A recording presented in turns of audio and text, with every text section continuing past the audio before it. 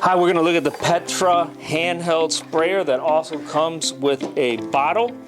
This is a great sprayer to have around the house if you want to use it, if you need to spray your succulent plants, or if you want to use it to spray disinfectant. This is a great little handy spray bottle to have around the house, and it's automatic, battery powered, so you don't need to pump it, which is very convenient. So to set it up, very simple. You're going to put the solution in the bottle. You're then going to take the hose with the white end, drop it on, screw the cap on,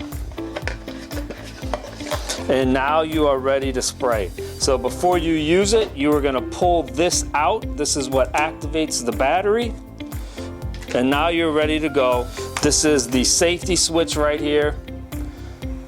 You can hear the batteries going. And you can do between a fine mist or about a 6 to 8 foot stream simply by twisting it to the right. It's a very handy sprayer.